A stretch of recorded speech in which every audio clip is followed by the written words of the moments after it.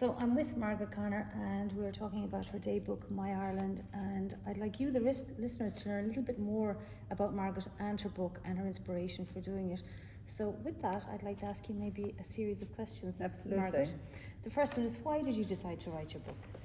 Well, over the years in America, I never really forgot Ireland. And I would share a lot of my experiences in Ireland with my friends, and they just found them absolutely charming and refreshing and advised me to document them. So when I retired, or really semi-retired, I started to write my book. And I got great pleasure in doing that and recalling all of my great experiences growing up. Okay, very good. And how did you make that transition then from, say, businesswoman into author? Did you find that difficult? Oh, not at all, actually.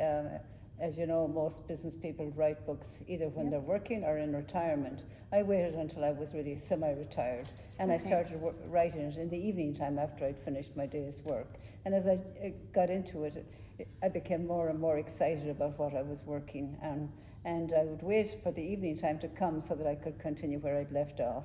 Okay, very good. And what did you learn about yourself, I suppose, during the process of writing the book? Sure. As I progressed on my book, I realized how fresh all of it was really still in my mind.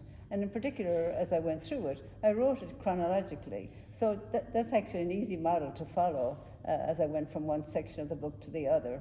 So I thoroughly enjoyed going through the different sections.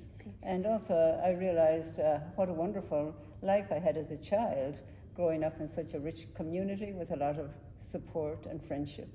So that encouraged me.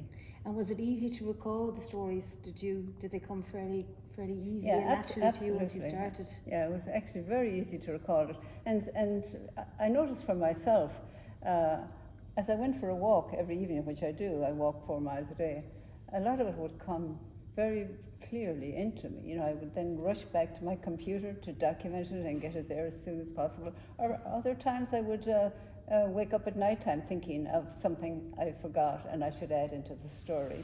And so I would get up in the middle of the night just to make sure that I hadn't forgotten it.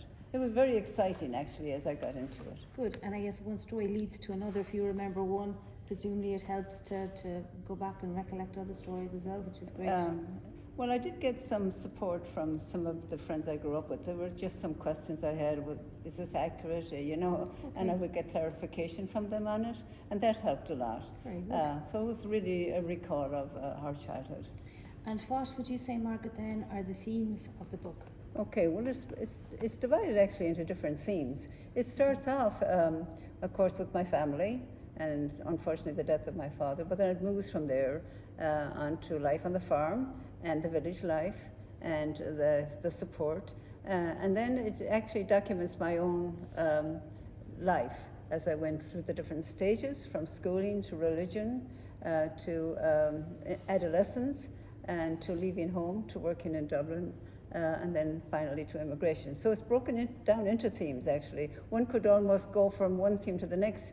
You don't necessarily need to know what preceded it. You know, they're very clear, actually. Excellent. Yeah.